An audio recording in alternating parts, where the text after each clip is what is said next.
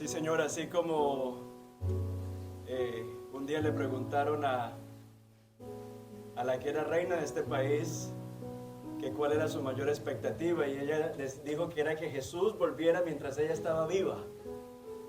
¿Y para qué?, le preguntó el periodista. Para poner mi corona a sus pies. Nosotros no tenemos una corona con diamantes y zafiros, pero Señor, todo lo que somos queremos ponerlo a tus pies. Todo lo que tenemos queremos ponerlo a tus pies, Señor. Y tal vez nuestra adoración o nuestra gratitud hoy no está en el punto 100, por lo que también decía esta canción, porque a veces no dimensionamos de qué hemos sido perdonados. A veces pensamos que estamos muy bien, a veces pensamos que sí, la cruz más todas mis buenas obras, pero aún nuestras buenas obras, que son necesarias para que el mundo vea tu poder, para que vea tu poder transformador, aún nuestras buenas obras son como trapos de inmundicia frente a tu santidad. Y es por eso, Señor, que venimos a adorarte con nuestro corazón, Señor, porque somos conscientes de que somos pecadores. Y celebramos que aunque éramos pecadores, Cristo murió por nosotros. Y hubo ese maravilloso intercambio en el que nosotros le entregamos a Jesús nuestra inmundicia y Él nos entregó su justicia. Nosotros le entregamos a Él nuestros trapos sucios por el pecado y Él nos vistió. Y hoy podemos acercarnos al Padre, no en nuestros méritos, sino en los méritos de aquel que tomó nuestro lugar en la cruz. Hoy podemos acercarnos al Padre, porque cuando nos acercamos al Padre tenemos el aroma de la ropa de su Hijo. Y por eso somos bienvenidos a la presencia del Padre. Señor, yo quiero pedirte que me permitas comunicar tu palabra, ser fiel a tu palabra. Yo soy un instrumento inadecuado para compartir tu palabra, y por eso es que hoy clamo por mí, para que sea tu Espíritu dándome de nuevo, para que sea tu Espíritu, Señor, usando este instrumento imperfecto para hablar de las grandiosas riquezas que hay en Cristo Jesús. Y pido que en nuestros corazones sea tu Espíritu conectando la verdad de tu palabra en nuestro corazón, para que podamos salir de este lugar animados y también redargüidos, consolados, pero también exhortados a vivir como tú mandas, como tú quieres, Señor.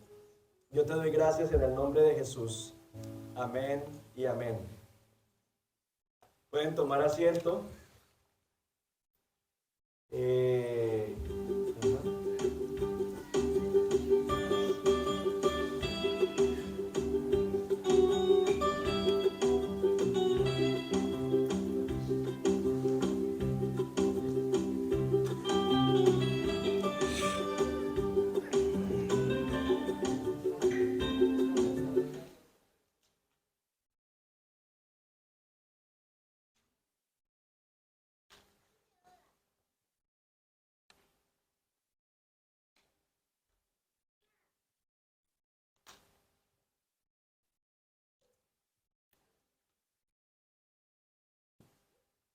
Bueno, qué bueno verlos una vez más. Estamos en Operación Retorno. Retorno y otros aviones están despegando, ¿no?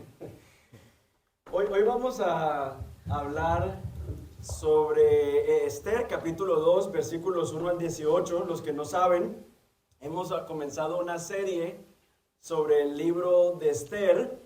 Y ya vamos en el capítulo 2. La semana pasada estuvimos hablando del enojo y de la ira y no la escuchó.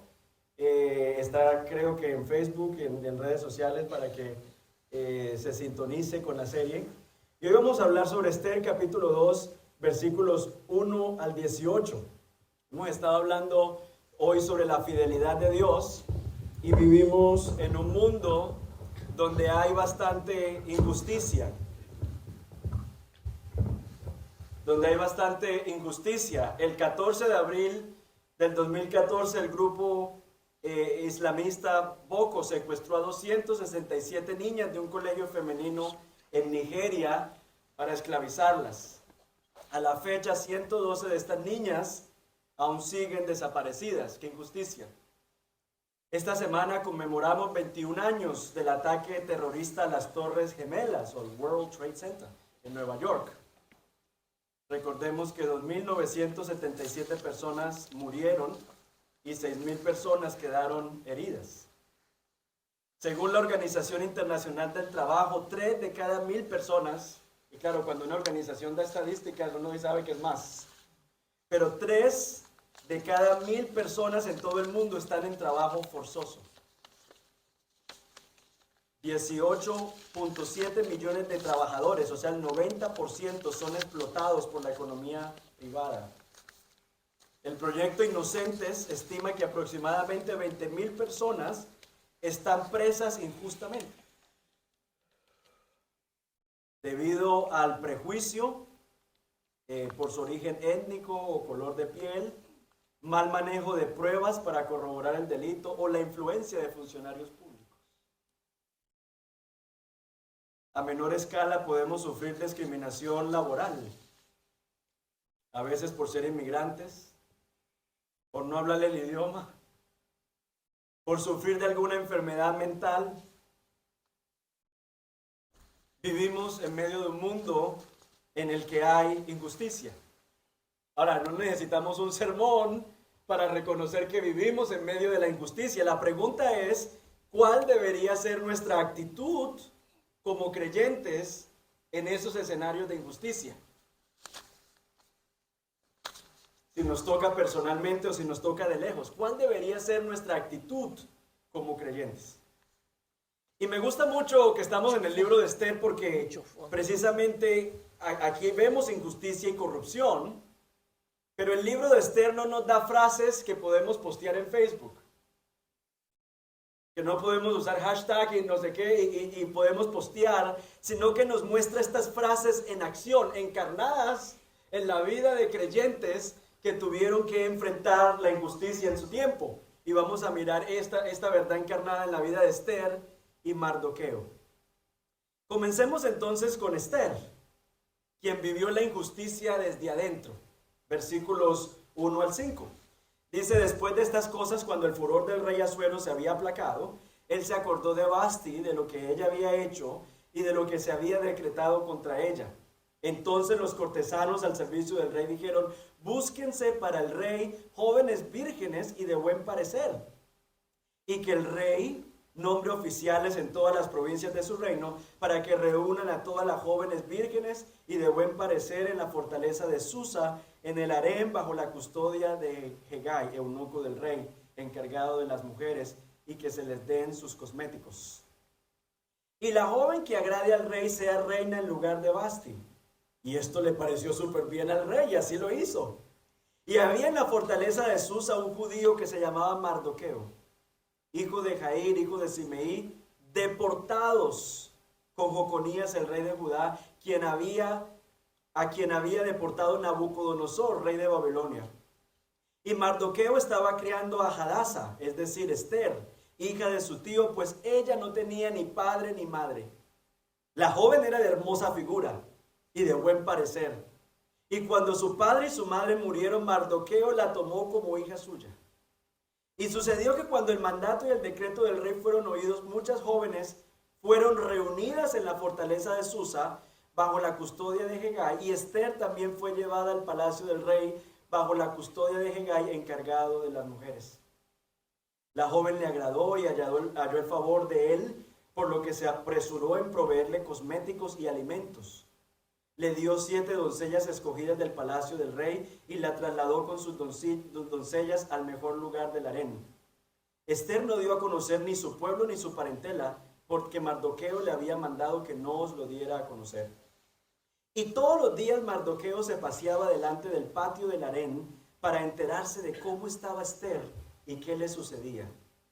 Cuando le tocaba a cada joven venir al rey Asuero a cumplir sus 12 meses, según las ordenanzas para las mujeres, pues los días de su embellecimiento se cumplían así: 6 meses con óleo de mirra, tomen pues apuntes, 6 meses con óleo de mirra y 6 meses con especias y cosméticos para las mujeres. Entonces la joven venía al rey de esta manera: cualquier cosa que ella deseaba se le concedía para que la llevara consigo al harén, al palacio del rey.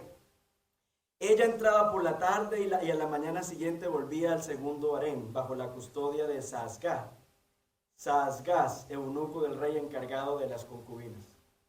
Ella no iba otra vez al rey a menos que el rey se complaciera en ella y fuera llamada por nombre. Cuando a Esther, hija de Abitail, tío de Mardoqueo, que la había tomado como hija, le tocó venir al rey, ella no pidió cosa alguna, sino lo que le aconsejó Hegai, eunuco del rey, encargado de las mujeres. Y Esther hallaba favor ante los ojos de cuantos la veían. Esther fue llevada al rey Asuero a su palacio real en el mes 10, que es el mes Tebet, en el año 7 de su reinado. Y el rey amó a Esther más que a todas las otras mujeres, y ella halló gracia y bondad con él más que todas las demás vírgenes. Y él puso la corona real sobre su cabeza y la hizo reina en lugar de Vasti. Entonces el rey hizo un gran banquete para todos sus príncipes y siervos, el banquete de Esther. También concedió un día de descanso para las provincias, o sea, un día festivo, ¿no? Como el de mañana, para las provincias, y dio presentes conforme a la liberalidad del rey. Cuando las vírgenes fueron reunidas por segunda vez, Mardoqueo estaba sentado a la puerta del rey. Bueno, dejemos hasta ahí.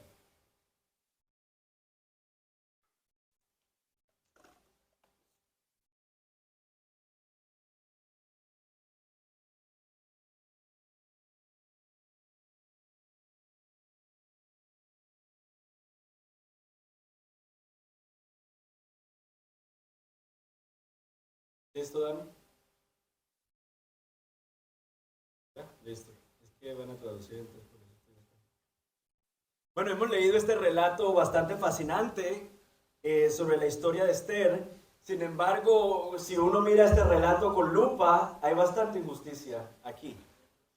Esther le tocó vivir la injusticia desde adentro. Aquí vemos nosotros en el versículo 1 que dice que el enojo del rey se aplacó y ya tuvo tiempo de ocuparse de otros asuntos. Entre el capítulo 1 de Esther y el capítulo 2 han pasado 4 años. ¿Y por qué tanto tiempo? Bueno, porque los persas estuvieron involucrados en una guerra que duró más o menos ese tiempo. El rey regresa de la guerra y entonces se acuerda de que no tiene mujer. Rebobina todo lo que pasó con Vasti en el capítulo 1 y entonces no tiene mujer y entonces empieza la convocatoria para buscar mujer. Las características de las mujeres que están buscando es que sean jóvenes, que sean vírgenes y que sean hermosas. Y es curioso porque lo acostumbrado era que el rey tomara una esposa de las 7 familias de los consejeros. Pero los consejeros son clever y no le quieren dar las hijas, ninguna de las hijas al rey. ¿Por qué será? Y entonces se ingenian mejor y dicen, no, hagamos una convocatoria para que entonces algunas mujeres califiquen. Y el rey no se da cuenta del asunto y dice, sí, qué bueno, qué bueno, qué bueno. Y convocan entonces al reinado de belleza. Ahora, trate de meterse en 3D. Usted que es papá, usted que es mamá, o usted que está joven. Trate de meterse en 3D en la tragedia que este relato significa. Tal vez algunas verían esto como una oportunidad de oro, pero otras como lo peor que les podría suceder. Las jovencitas serían arrebatadas de su casa sin poder negarse para ser recluidas durante toda su vida como concubinas del rey. El precio de ser virgen y de ser hermosa era alto. No interesa que la joven solamente tenía una oportunidad para acercarse al rey. No importaba que las demás probablemente vivirían el resto de sus vidas como parte del harén. O sea, llevaban 700, 1000 chicas. Y solo una va a ser escogida como reina. Y el resto quedan por siempre simplemente de concubinas, ayudando al rey, supliendo sus caprichos, pero prácticamente era el entierro de estas chicas, de conformar sus propias familias, de tener sus propias vidas. Lo que a mí más se me ocurre es la trata de personas, cuando pienso en este suceso, que raptan a estas chicas jóvenes, hermosas, para esclavizarlas sexualmente y llevarlas a algunos lugares donde no tienen la opción de decir no.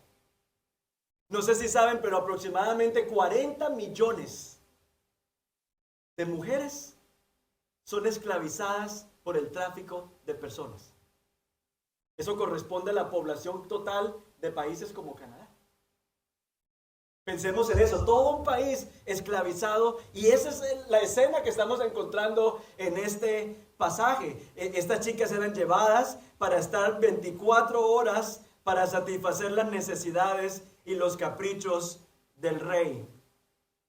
¿Qué pueden hacer las familias de estas chicas? Nada, porque es un decreto del rey.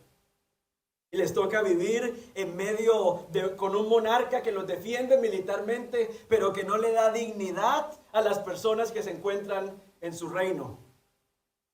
Quien surge como candidata favorita es Esther.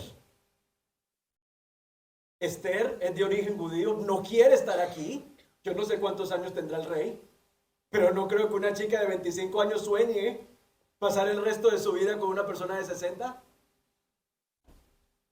Si ven lo que es esta tragedia, porque uno lee esto y dice, ay, tan linda, la coronaron. Pero no, lo que está haciendo Esther aquí es sorteando su vida en medio de la injusticia. ¿Cómo reaccionar cuando nosotros estamos en medio de la injusticia y nos toca sortear situaciones como las que les toca sortear a Esther?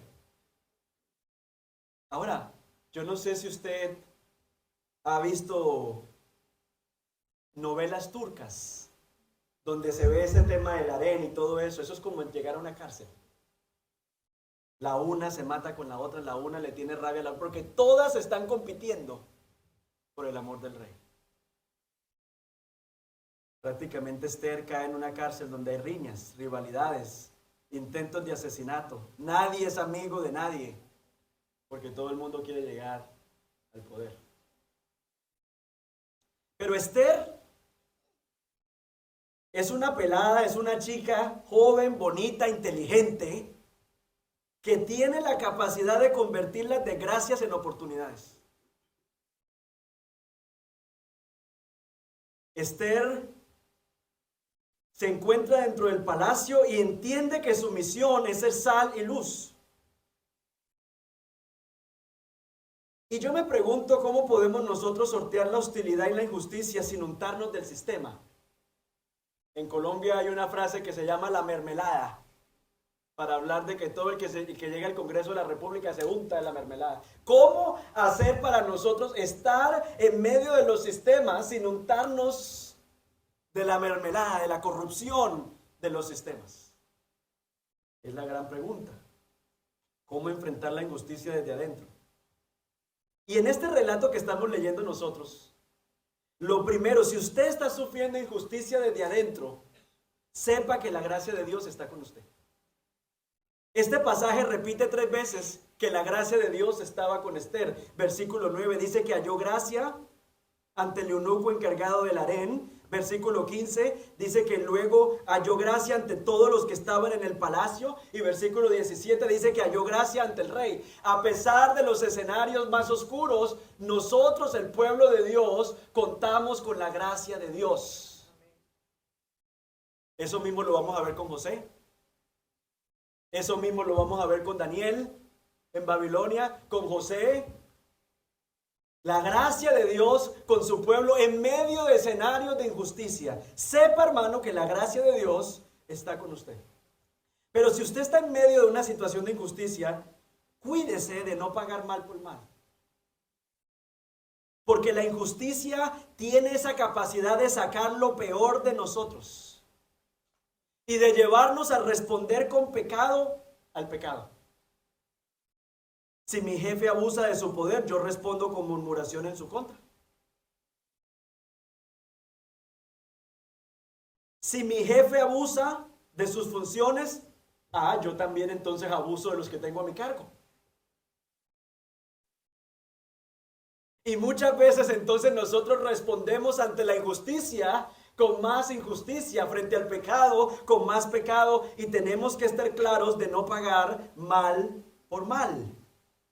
Pero también en medio de la injusticia, vemos nosotros en este relato que Esther tiene una característica. Yo leí todo el pasaje varias veces y subrayé lo que se repetía. Y una de las cosas que se repite es que Esther escuchaba el consejo de Mardoqueo y escuchaba el consejo del eunuco encargado del harem. Esther escuchaba. Algo que no tenemos los jóvenes. Bueno, yo no sé si todavía califico dentro de la... Ya no califico dentro de la categoría de jóvenes, pero algo que pocos tenemos es la capacidad de escuchar. Y en medio de escenarios de injusticia, cuando uno es el afectado, uno pierde la capacidad de ver objetivamente la situación. Y por eso es que necesita consejeros. Personas externas y maduras en la fe que le pueden ayudar a uno a la luz de la palabra a navegar los escenarios en los que nosotros estamos enfrentando. Esther escuchó el consejo del eunuco encargado y escuchó el consejo de su tío Mardoqueo. Por otro lado, no podemos comprometer nuestra fidelidad a Dios en medio de los escenarios de injusticia. Yo me imagino que al interior del palacio habían formas de navegar. Tal vez chantajes. ¿Cómo puedo yo asegurarme de que yo voy a ser la que van a escoger? Vemos nosotros el caso de José. Como extranjero, también sufrió injusticia. ¿Cierto? La mujer de Potifar, una katana conservada, se enamoró del muchacho. Le echó el ojo a José. Y José, por su fidelidad a Dios, se metió en problemas. Terminó en la cárcel. Pero el asunto es que donde iba José, nunca comprometió su fidelidad al Señor. Y por eso el Señor siempre abrió caminos y cumplió su propósito en él. Porque, hermanos, tengamos algo seguro. Como Dios es soberano, la injusticia nunca puede detener lo que Dios quiere y va a hacer con nosotros. José terminó siendo el segundo al mando del imperio, tal como Dios había ya programado que así pasara. Daniel tampoco cedió a la presión de adorar a un Dios que no fuera el verdadero. Tuvo un carácter firme y sólido que lo llevó al foso de los leones y que lo llevó también al horno de fuego. ¿Qué lo llevó ahí? La fidelidad a Dios. Al foso de los leones y al horno de fuego. Hermanos, el costo de glorificar a Dios en medio de la injusticia es alto. Nosotros tal vez por glorificar a Dios nos quedaremos sin amigos. Seremos impopulares, perderemos seguidores en las redes sociales, sufriremos el rechazo de otros, algunos tendremos que ir a la cárcel y algunos tendremos que morir por causa de la fidelidad al Señor. Pero en medio de la injusticia no podemos comprometer nuestra fidelidad a Dios.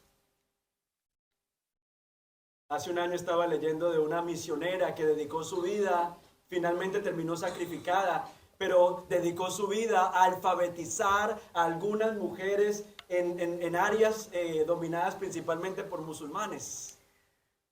Ya le habían hecho la advertencia de que se fuera, pero ella entendía que ese era su llamado y era acompañar y alfabetizar a estas chicas. Terminó sacrificada. Navegar, enfrentar la injusticia es riesgoso, pero es el llamado que tenemos nosotros en medio de un mundo donde hay injusticia. Y por otro lado, creo que algo que es muy importante es diferenciar entre el pecado y la personalidad. Ya no estoy hablando de injusticias al nivel Esther, pero a veces cuando estamos viviendo en relaciones, situaciones con otras personas, en el hogar mismo, yo entiendo que hay asuntos de personalidad. Hay personas que les cuesta procesar el estrés. Hay personas que no saben recibir crítica de manera amable y sin sentirse amenazados. Hay asuntos de personalidad. Pero normalmente esa personalidad nuestra se convierte en un patrón y luego se convierte en un patrón pecaminoso con el que usted como creyente tiene que lidiar. Por eso es importante diferenciar entre personalidad y lo que es pecado, porque a veces estamos tan acostumbrados a la injusticia que estamos viviendo que pensamos que la injusticia es normal. Que es normal vivir en el contexto caótico en el que estamos viviendo. Que es normal y que es el propósito de Dios que vivamos en ese ambiente hostil. Hermanos, y no podemos justificar lo que no tiene justificación. Nosotros tenemos, y esto para hombres y mujeres, que Dios nos guarde y que entre nosotros no haya ninguno que sea el que efectúe precisamente la injusticia. Que entre nosotros no haya ningún asuero, porque nosotros somos muy buenos para vernos como víctimas. Ay, hablen de víctimas, usted saca la bandera. Pero somos miopes para ver la propia injusticia que nosotros mismos desencadenamos en la vida de otras personas. Y yo espero que ninguno de nosotros, y que si nosotros estamos en el papel de asuero en este relato, que reflexionemos hoy. Porque nosotros donde llegamos debemos ser descontaminadores del estrés, de la polución, de la corrupción de este mundo, y no por el contrario los que traemos la corrupción y la contaminación a donde llegamos. Y por eso, hermanos, siempre tenemos que marcar una raya en donde decimos, cuando se pasa esta raya, estamos entrando en el terreno del abuso y hasta aquí yo no puedo permitir. Hay momentos en donde con el consejo de otras personas lo que tenemos que hacer es salir de esos escenarios hostiles con nuestra familia, con nuestros hijos. Hay momentos que es así. Cuando vivimos la injusticia desde adentro, muchas veces nos toca salir. Y hay que salir, porque afortunadamente usted no vive bajo el imperio persa. Usted tiene la opción que no tuvo Esther. Esther no podía salir, pero muchos pueden salir. Y con esto no estoy generando una revolución femenina, que era lo que tenían pensado y preocupación en el capítulo 1, los hombres. Pero simplemente estoy diciendo que hay momentos en donde la injusticia alcanza niveles tal en donde hay que marcar una raya y decir, uy, hasta aquí está el soportar, hasta aquí está el durar, pero esta raya que se pasa está llevando a menoscabar mi propia dignidad como persona, hecho y hecha a la imagen de Dios. ¿Sí me están entendiendo? Pero bueno, ese es el caso de la gente que está viviendo la injusticia desde adentro. Y usted dice, gracias a Dios, yo no estoy viviendo la injusticia. Tengo un buen trabajo, tengo paz en mi casa, tengo un buen salario. Entonces no estoy viviendo la injusticia desde adentro, gracias a Dios. Y damos la acción de gracias. Ay, aleluya, que todo está bien. En mi casa, y sí, gloria a Dios que todo en su casa está bien. Pero ¿sabe el Señor por qué a nosotros muchas veces nos libera del estrés y la presión y nos regala unos tiempos de descanso y de reposo? Para que podamos entonces hacerle frente a la injusticia que otras personas están viviendo. Yo eso lo entendí muy claro. Antes de casarme viví una soltería súper bien. Ahora también estoy viviendo bien para que no crean. Para que no crean que el antes de casarme. Pero yo entendí, yo llegué aquí de 23 años. Y yo entendí, es que la vida sabrosa que Dios me ha regalado, libre de estrés, es para que yo me pueda montar el estrés de otros y pueda caminar con otros que están mal. Para eso es que el Señor nos da más en la economía. Para eso es que el Señor nos libera de preocupaciones. Cuando usted se sienta sabroso, es para que usted ayude a otras personas que están caminando y están que se quiebran porque no pueden con la carga que llevan. Ese es el caso de Mardoqueo. Mardoqueo no tiene por qué hacerse cargo de Esther. Vemos nosotros aquí que en contraste con Asuero está Mardoqueo. Mardoqueo pues también fue llevado a Babilonia su familia. Él no, pero su familia. Y es víctima del abuso de los poderosos. Pero Mardoqueo no se queda llorando. Ay, sí, es que si nos hubiéramos quedado en la tierra. Ay, es que si nunca nos hubiesen deportado. No, aquí vivimos y aquí hay que echarle frente a la situación. Y Mardoqueo se encuentra con el asunto de la injusticia. Esther es huérfana. Dice el texto que tanto su mamá como su papá murieron. ¿Y qué dijo Mardoqueo? Listo, esta huérfana tengo que cobijarla, tengo que ayudarla, tengo que sustentarla. O sea, prácticamente Mardoqueo tomó la responsabilidad de Esther sobre sus hombros. Mardoqueo la recibe, le da protección, le da sustento. Y miren ustedes lo que dice el pasaje en el versículo 1. Cuando Esther es llevada al palacio del rey, todos los días Mardoqueo estaba frente a las puertas del palacio del rey para saber cómo estaba Esther. Qué increíble, ¿cierto? Un papá comprometido, un hombre responsable, aunque Esther no es su hija biológica, pero entendió prácticamente que la misión de su vida era acompañar a esta niña que había quedado sin su papá y sin su mamá.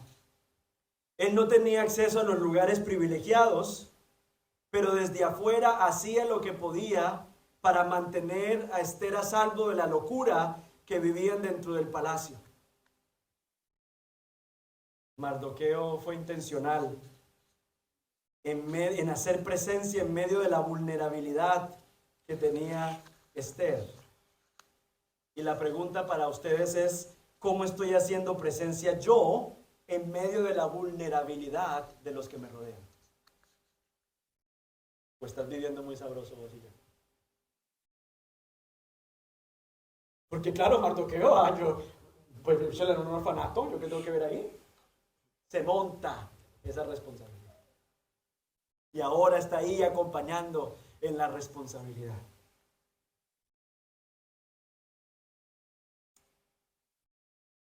Yo siempre, como pastor,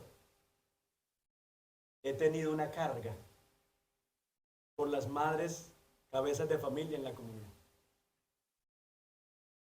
No me da para llamarlas a todas, para visitarlas a todas, pero siempre están en mis oraciones.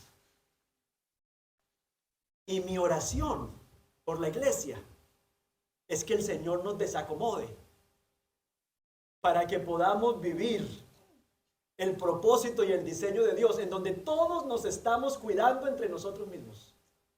Y estamos acompañando y llevando las cargas los unos a los otros. El sueño, hermanos, es que los que tienen sus hogares conformados, que puedan ver a esa mamá que tiene su hijo, el hijo no tiene una figura paterna en su vida, y que pueda decir, ve, vamos a ir a ese centro comercial, llevémonos a este muchacho, para que pueda por un día sentir lo que es la presencia de un padre, de un hombre en su vida. ¿Cómo deseo yo que podamos vivir, experimentar el reino de Dios que se ha inaugurado en la vida y en la persona de Jesucristo? Quien pudo llegar para ser servido, pero se dedicó fue a servir, a acompañar, a sanar. Y Jesús no perdió el tiempo con el que decía que no lo necesitaba. Gastó su vida en todos aquellos que estaban quebrados y que necesitaban. Ahí invirtió Jesús su tiempo. Nosotros tenemos, hermanos, un compromiso con la justicia. Tenemos que cariar y desafiar el mal. Y estamos comprometidos a crear condiciones para el florecimiento de aquellos que están privados de esas oportunidades. Asuero como hombre usó su poder para cosificar a las mujeres del reino. Las volvió objetos. Para él era quitar y poner. Mardoqueo, el judío, el que tenía el temor del Señor, usó la poca influencia que tenía para cuidar, para proteger, para amar a Esther. Hermanos, nosotros todos podemos sumar o restar en este tema de la injusticia. Nuestras acciones intencionales, aunque pequeñas y aparentemente insignificantes, hacen la diferencia.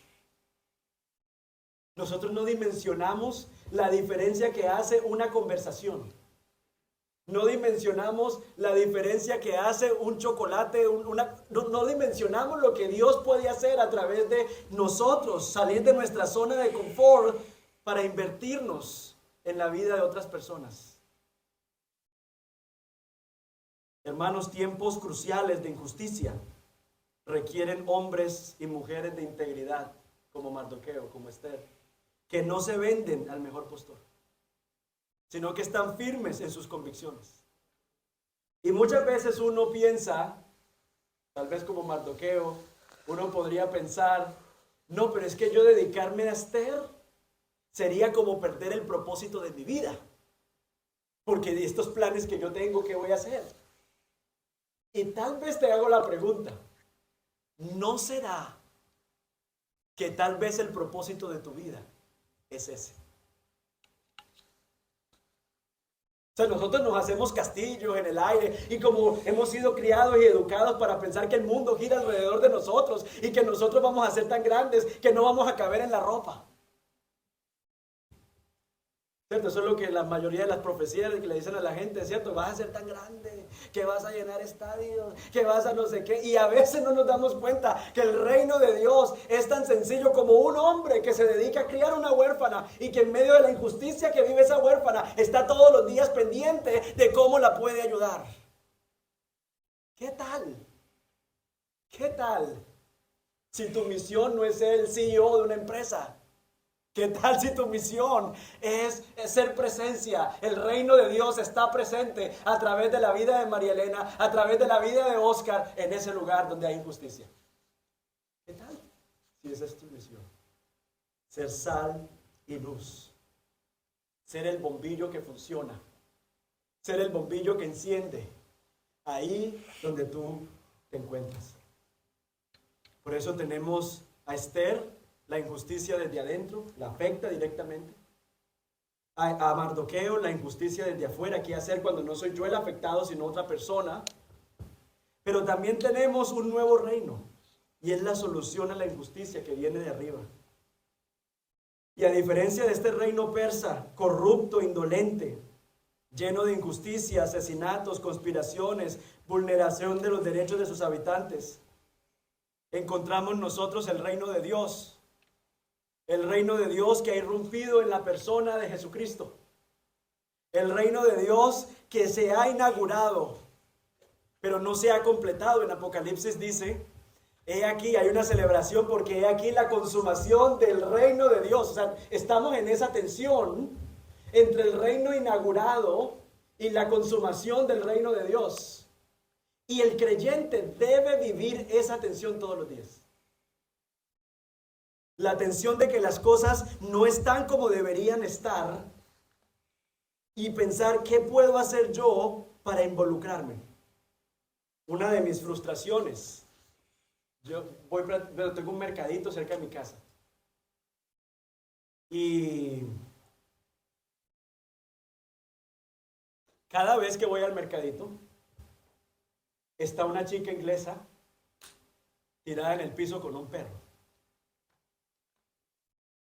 Su piel seca, me imagino del consumo de cigarrillo y no sé de qué más. Mendigando un pan. A mí me da un dolor. Y le digo a Julián cada vez que paso, porque pasamos por ahí por donde está esa chica, ¿qué podemos hacer? A veces la veo caminando con el perro y yo veo Canary Wharf y la veo a ella y yo digo, esta vieja podría ser una abogada.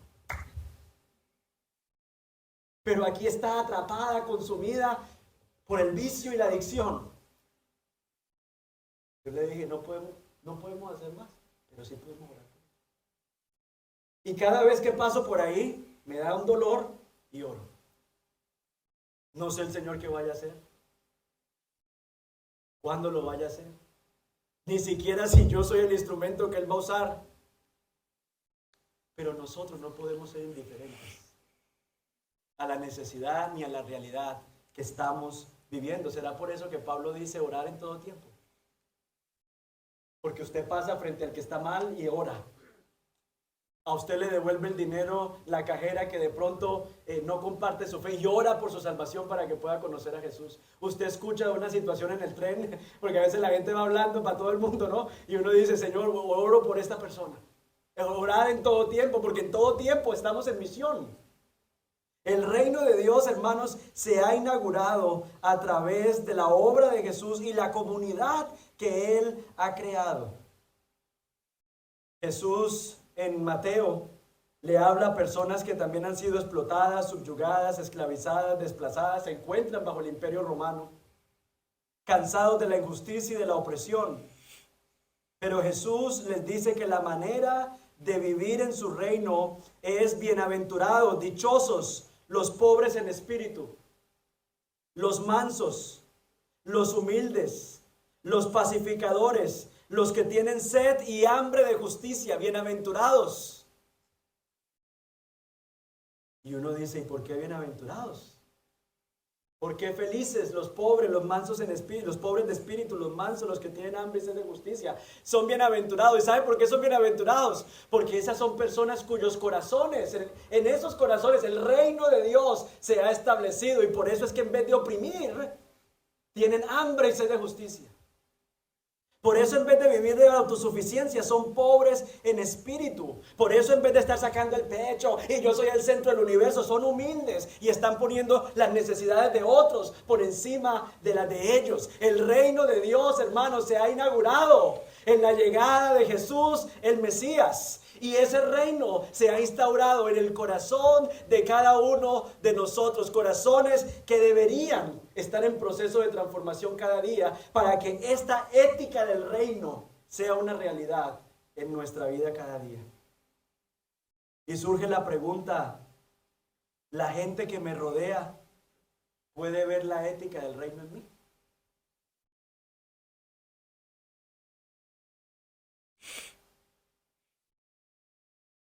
Jesús le dijo a sus discípulos que cuando nosotros somos pobres en espíritu, mansos, humildes, pacificadores, tenemos hambre y sed de justicia, somos como una ciudad que ilumina sobre una colina. Jesús dijo que éramos la sal de la tierra. Y cuando nosotros pensamos en la sal de la tierra, pensamos en la sal como sazonador, ¿cierto? Como un condimento. Pensamos en la sal como un condimento. Pero en los tiempos bíblicos, la sal no era un condimento, no había nevera. La sal era un preservante. La sal era la única manera de mantener las cosas sin descomponerse. Es decir, a la carne había que echarle bastante sal. A todo había que echarle bastante sal para que no sufriera descomposición.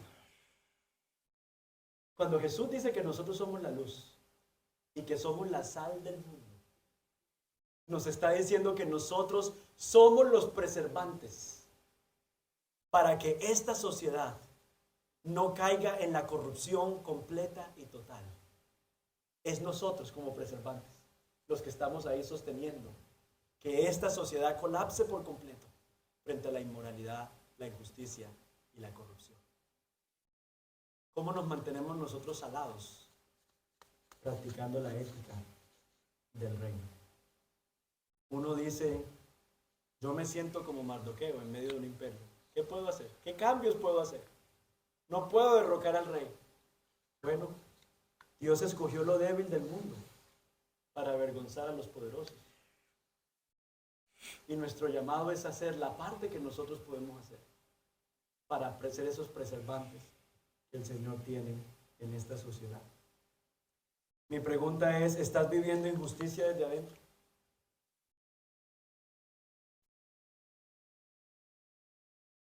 ¿Te sientes que la injusticia te está rodeando?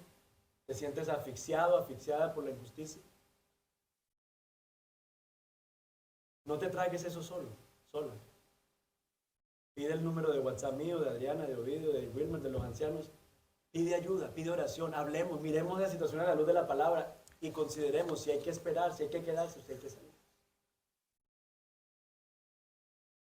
Estamos viviendo la injusticia desde afuera. ¿Qué estás haciendo? ¿Cómo estás haciendo presencia en la vida de la gente que es vulnerable alrededor tuyo? Y la pregunta es, ¿dónde tú estás? ¿Está el reino de Dios haciendo presencia a través de ti?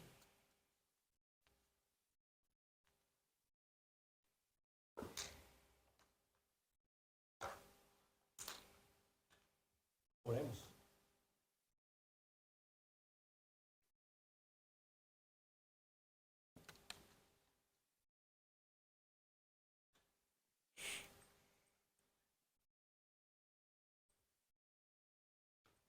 Gracias te damos, Señor, por tu palabra. Gracias te doy, Señor, porque tú no te hiciste el de la vista gorda frente a la injusticia del mundo, sino que de alguna manera, Señor, entraste en medio de la injusticia de este mundo. Soportaste y viviste en carne propia la injusticia de este mundo, para así llegar a la cruz, en donde nos hiciste libres de la esclavitud del pecado.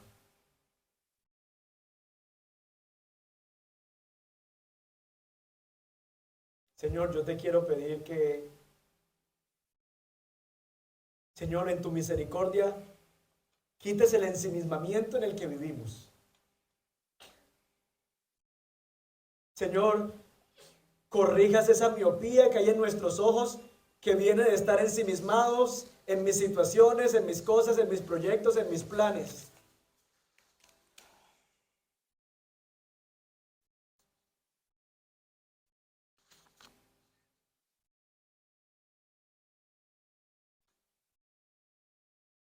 Señor, tú nos has dejado una agenda que es la agenda de tu reino.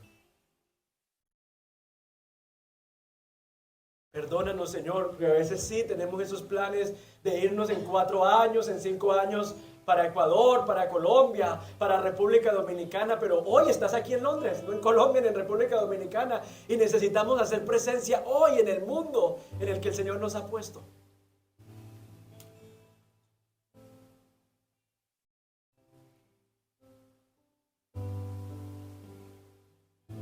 Señor, aquí estamos, tu iglesia. Danos ojos para ver. Sensibiliza nuestro corazón, Señor, para que podamos movernos en pro del florecimiento de otras personas. Yo te doy gracias por Cristo Jesús nuestro Señor, quien no se quedó quieto frente a la injusticia, sino que intervino, se encarnó y finalmente murió a manos de la corrupción de los poderes de este mundo. Te doy gracias, Señor, en el nombre de Jesús. Amén.